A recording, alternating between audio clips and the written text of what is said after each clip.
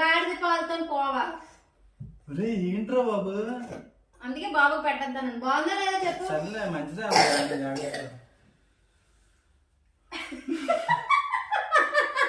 ఏమైందని తిను. Water water గా తిను ఫస్ట్.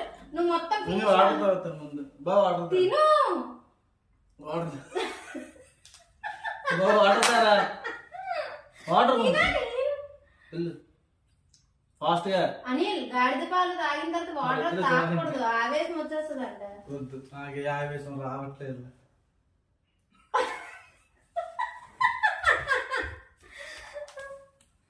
వాటర్ తాగకూడదు అంట. గ్లాస్ 50 రూపాయలు. నార్మల్ పాలతో చేయొచ్చు గాడిద పాలు.